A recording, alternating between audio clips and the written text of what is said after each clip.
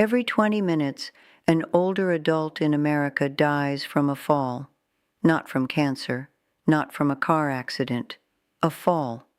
I know that because I almost became one of those numbers. One morning, last March, I slipped in my bathroom. My feet went out from under me on the wet tile, and I grabbed the towel bar just in time. I stood there, heart pounding, hands shaking, and thought, what if that bar wasn't there? I'm 90 years old. My name is Catherine Louise, and I didn't tell anyone about that morning. Not my daughter, not my doctor. Because telling someone meant admitting something I wasn't ready to face, and admitting it meant they'd start making decisions for me. So I stayed quiet, walked more carefully, held onto walls, pretended nothing happened. But here's what nobody tells you. The first fall is not an accident. It's a warning. And what you do with that warning decides everything that comes after. If you've ever grabbed a wall and hoped nobody noticed, this message is for you. I remember standing there in that bathroom, holding on to that towel bar, and the first thing I thought wasn't about pain. It was about what would happen if someone found out. Because when you're over 75 and you live alone, a fall isn't just a fall. It's a conversation starter. It's the beginning of phone calls you didn't ask for, visits that feel more like inspections, and suggestions wrapped in love that sound an awful lot like orders. Move closer to us, Mom. Maybe it's time to think about somewhere safer. Have you considered a place with staff? I've heard those words before, not directed at me, but at women I know. And every single time, it started the same way. Someone told the truth about a fall, and the truth set off a chain reaction they couldn't stop. Let me tell you about my friend Dorothy. She's 78, sharp mind, strong will, lived alone in the same house for 40 years. One afternoon, she stumbled on her back porch step, didn't fall hard, caught herself on the railing, scraped her knee a little. She mentioned it to her daughter over the phone that evening, just casually, the way you'd mention a rainy day. Within a week, her daughter had printed brochures for 3 assisted living communities. Within a month, there were conversations at the dinner table with her son-in-law about selling the house. Dorothy sat there, listening to her own family plan her future without asking what she wanted. She told me later, Catherine, I didn't fall down the stairs. I tripped on a step, but the way they reacted, you'd think I'd been found unconscious. She was hurt, not physically, emotionally, because the people who loved her most used her honesty against her, not on purpose, not with cruelty. But the result was the same. She went from being Dorothy, the woman who hosted Thanksgiving for 30 people, to Dorothy, the mother who might need to be moved somewhere safe. That's why I didn't tell anyone about my bathroom that morning. I knew what would happen. I'd seen it happen to Dorothy. I'd seen it happen to others. You share one moment of vulnerability, and suddenly you're not a person making choices anymore. You're a problem being managed. And I want to be very clear about something. Our children love us. Most of them genuinely want what's best. But love and control can look very similar when you're on the receiving end. They don't see it that way. They see concern. They see responsibility, but we feel it differently. We feel the walls closing in. We feel our voice getting quieter in rooms where it used to be the loudest. So we hide things. We walk more carefully. We grip countertops when no one's looking. We pretend the bruise came from bumping into a cabinet, not from losing balance. And we tell ourselves it's fine. It was just once. It won't happen again. I told myself that too. For 3 months I believed it. I adjusted. Slower steps. Hands on walls. Avoiding the bathroom at night unless absolutely necessary. I thought being careful was enough. I thought awareness was the same as action. But here's what I learned the hard way. Caution without change is just fear wearing a mask. You feel like you're doing something, but you're really just waiting for the next one. And the next one doesn't care how careful you are. We don't hide falls because we're stubborn. We hide them because admitting weakness in this world means losing control. And for a woman my age, control is the last thing we have that still feels like freedom. But here's what nobody tells you about that first fall. Hiding it doesn't make you safer. It makes you lonelier. And lonelier is more dangerous than any wet bathroom floor. If you've ever hidden a fall from your family, comment 1. If you told someone right away, comment 0. 3 months after that bathroom morning, I fell for real. It was evening, around 8 o'clock. I was coming down the stairs to lock the front door, something I've done 10,000 times. My left foot caught the edge of the second to last step. I don't remember deciding to fall. I just remember being on the floor. The hallway was dark. I hadn't turned on the light because I thought I knew those stairs well enough. I lay there on the cold hardwood, looking up at the ceiling, and the first thing I felt wasn't pain. It was silence. The kind of silence that reminds you no one is coming. I tried to get up right away, but my hip wouldn't cooperate. My wrist hurt from catching myself. I lay there for 40 minutes before I managed to roll onto my side, push myself up against the wall, and stand. Nothing was broken. I checked everything the next morning. No fractures, no serious bruises. But those 40 minutes on that floor in the dark, alone, not knowing if I could get up, that changed something inside me that no doctor could see on an X-ray. Let me tell you about Helen. She was 81, lived alone in a small house outside of Portland. One morning she slipped in her kitchen, caught her hip on the counter going down. She bruised it badly but didn't break anything.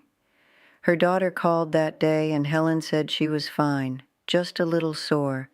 She didn't mention the fall. 6 weeks later, Helen fell again, this time on the front porch steps, broke her hip, surgery, hospital, rehabilitation center, and then the conversation every older woman dreads.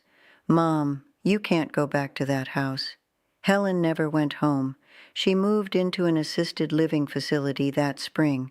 She passed away 14 months later. Her daughter told me at the funeral, I keep thinking, if she'd told me about the first fall, we could have fixed things. She didn't have to lose her home. That sentence has stayed with me ever since. She lost her home not because she fell. She lost it because she waited. Here's the reality that nobody wants to say out loud. After 75, a fall is not bad luck. It's not clumsiness. It's not because the floor was wet or the light was bad, although those things matter.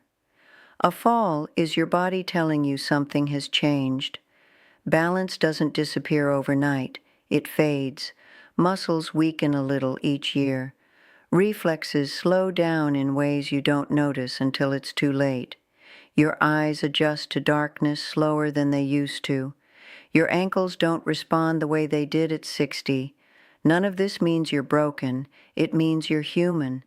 And being human at this age means paying attention to signals instead of ignoring them. The medical world has a term for it. They call it fall risk.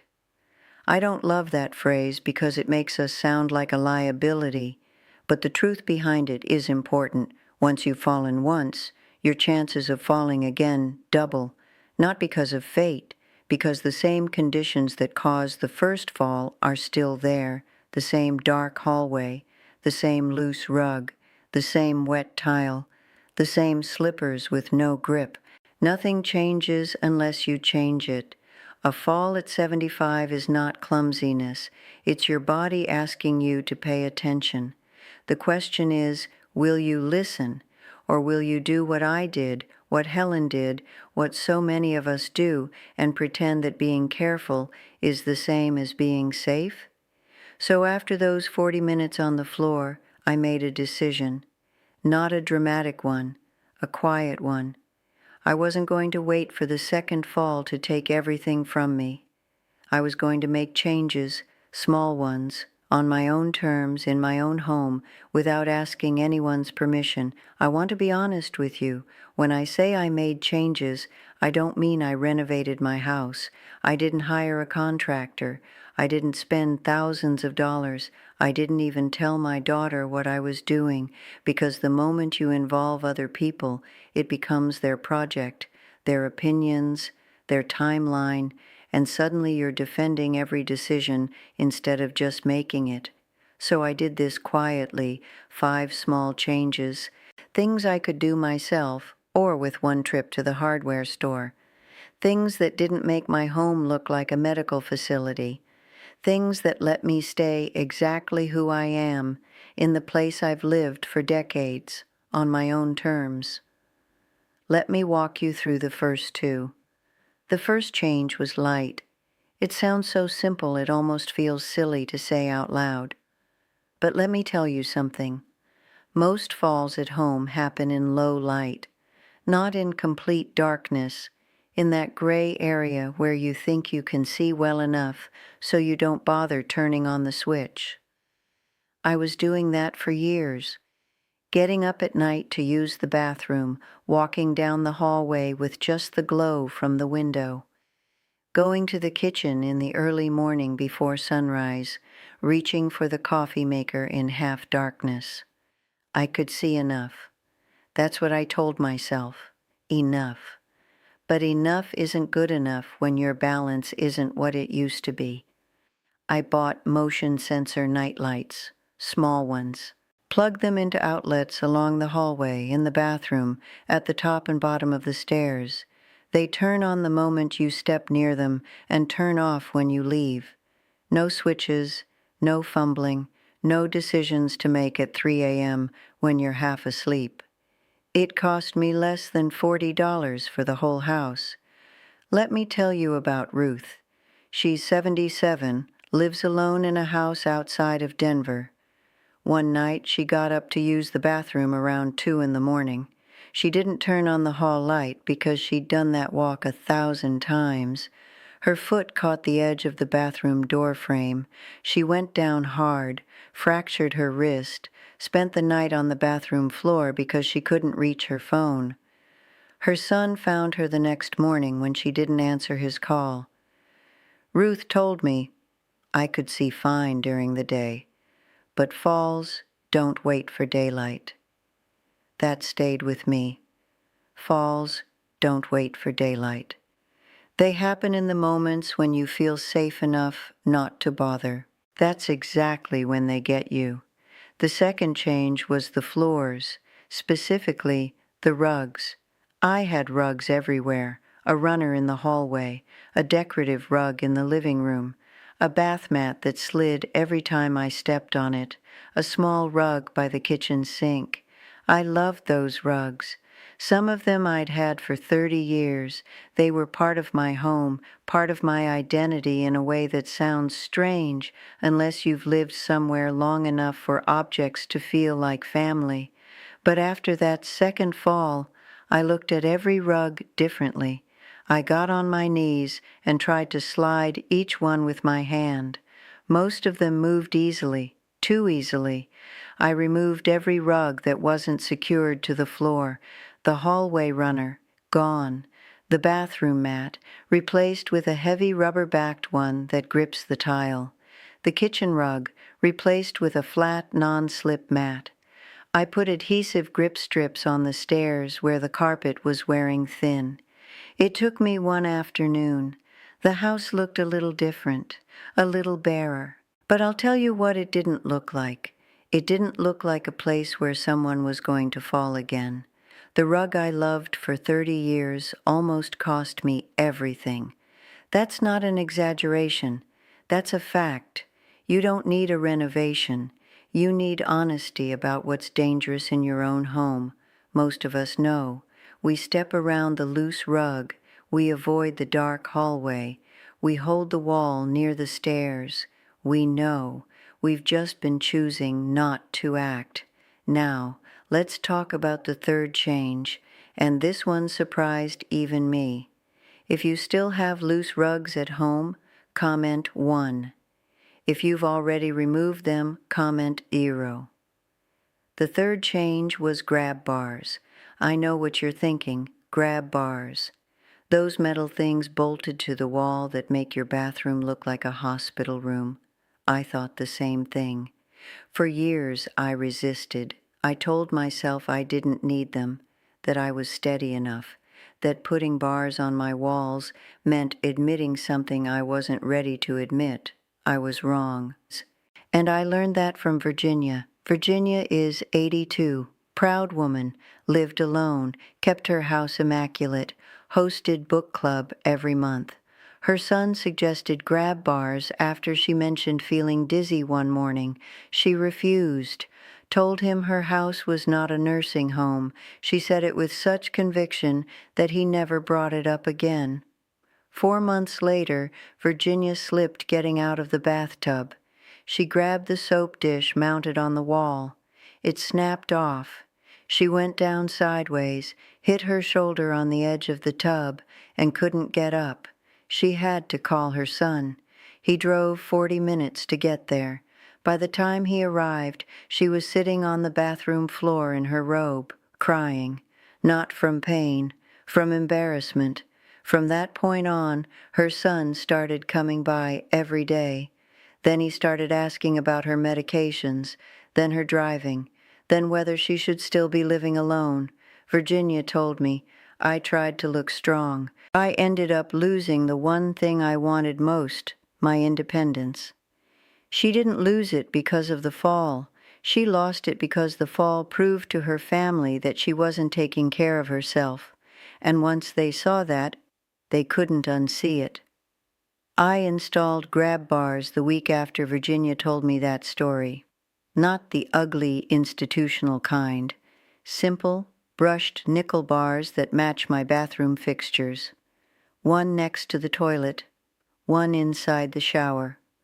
One on the wall beside my bed where I swing my legs out each morning. They're not medical equipment, they're smart design. And nobody who visits my home has ever looked at them and thought I was falling apart.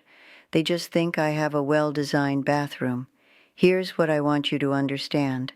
A grab bar is not a sign of weakness. It's a decision, a choice to stay in your home on your terms instead of leaving it on someone else's. The fourth change was my shoes, or more accurately, what I wore on my feet inside the house. For decades, I walked around barefoot or in those soft cotton slippers that feel like clouds but grip like ice on a tile floor. I never thought about it. Shoes were for outside. Inside was for comfort. But after I started paying attention, I realized something uncomfortable. Every single fall I knew about, mine, Dorothy's, Ruth's, Virginia's, happened inside the house, not on a hiking trail, not in a parking lot, inside, in the place we feel safest. We spend money on good shoes for walking outside. We buy boots with traction for winter. But inside our own homes, we shuffle around in socks or worn-out slippers and wonder why we slip. I bought 2 pairs of indoor shoes with rubber soles, not heavy, not ugly, just shoes that actually hold the floor when I step. It felt strange for the first week. Now it feels normal, and I haven't slipped once since. The fifth change was the simplest and maybe the most important. I reorganized where I keep everything I use daily. Before, my coffee mugs were on the top shelf. My heavy pots were in the lower cabinet where I had to bend and reach deep. The light bulbs were on a shelf in the closet that required a step stool. My medication was in a cabinet above the refrigerator, placed there 20 years ago when I was taller, steadier, and never thought twice about reaching. I moved everything. Mugs came down to counter level. Pots moved to the middle shelf. Medications went into a drawer I could open without stretching. I threw away the step stool. If you have to reach for it, it's in the wrong place. Every time you stretch overhead or bend low or stand on something to grab an item, you're rolling dice with your balance. And after 75, the odds aren't in your favor. 5 changes, no contractors, no conversations with family, no loss of dignity, just a woman quietly taking charge of her own safety. But here's what I want you to understand. These 5 changes weren't really about the house. These changes were about something deeper than safety. They were about refusing to let fear shrink my life. Because here's what nobody warns you about after a fall. The injury heals, the bruise fades, but the fear stays. It moves in like a guest that never leaves. It sits with you at the top of the stairs. It whispers when you step into the shower. It follows you into the kitchen at night and says, maybe don't go, maybe just stay in bed. And if you listen to that voice long enough, your world gets smaller, not because your body failed you, but because fear convinced you it would. Let me tell you about Eleanor. She was 79, lovely woman, used to walk 2 miles every morning before breakfast. One winter she slipped on her kitchen floor, bruised her hip badly. Nothing broken, but the pain lasted weeks. After that, Eleanor stopped walking. She told herself she'd start again when the weather warmed up. Spring came. She didn't start. Summer came. She stayed inside. By fall, her muscles had weakened from months of sitting. Her legs couldn't hold her the way they used to. She fell again that October, broke her wrist. Her daughter moved her to an assisted living facility before Christmas. Eleanor didn't fight it. She didn't have the strength to. I visited her once a few months before she passed. She looked at me and said, "Catherine, I didn't stop walking because I couldn't. I stopped because I was afraid I'd fall again, and the not walking is what took everything from me." Fear didn't protect her. Fear became the thing that took her down. That's the cycle nobody talks about. Fall, fear, sit still, get weaker, fall again. Each time the fall is worse. Each time the recovery is longer. Each time the options get fewer. It's not the fall that steals your independence. It's the stillness that follows, the giving up disguised as being careful, the slow surrender that feels like wisdom but is really just fear in a different coat. I know because I almost went down that road myself. After those 40 minutes on the floor, there was a part of me that wanted to stop everything, stop going downstairs at night, stop cooking meals that required standing, stop walking in the morning, but I didn't stop. I changed, and there is a world of difference between those 2 words. Stopping means letting the fall win.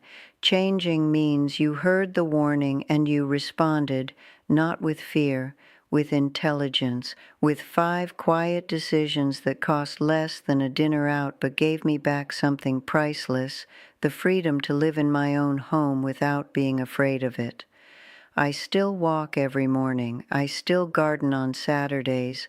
I still cook dinner in a kitchen with good lighting, non-slip mats, and everything within arm's reach. I still live alone in the house I've called home for decades, not because I'm braver than anyone else, because I refuse to let one fall define the rest of my life. The first fall is a warning. The second fall is what happens when you ignore warnings. But the real tragedy is when you stop living because you're afraid of falling. I'm grateful for mornings where the lights turn on gently as I walk through my home, for the solid grab bar beside my shower that I reach for without shame, for floors that hold me steady and slippers that grip when I step, for the quiet knowledge that I did something about it before something was done to me. Peace at 90 doesn't come from pretending nothing has changed. It comes from changing what needs changing and then getting on with the business of living. Thank you for sitting with me today, for letting an old woman share something most of us are too proud to talk about. If you want to sit with me again, I'll be here, still walking, still standing, still learning how to grow older with my dignity intact and my front door key still in my own hand. Take care of your home, take care of your body, and never forget, the bravest thing you can do after a fall isn't getting back up. It's making sure the floor is ready for you when you do. If this meant something to you, I'd be grateful if you stayed. Like this, subscribe, and I'll keep sharing what I've learned. If you've made changes to your home after a fall, comment 1. If you haven't yet but plan to, comment 0.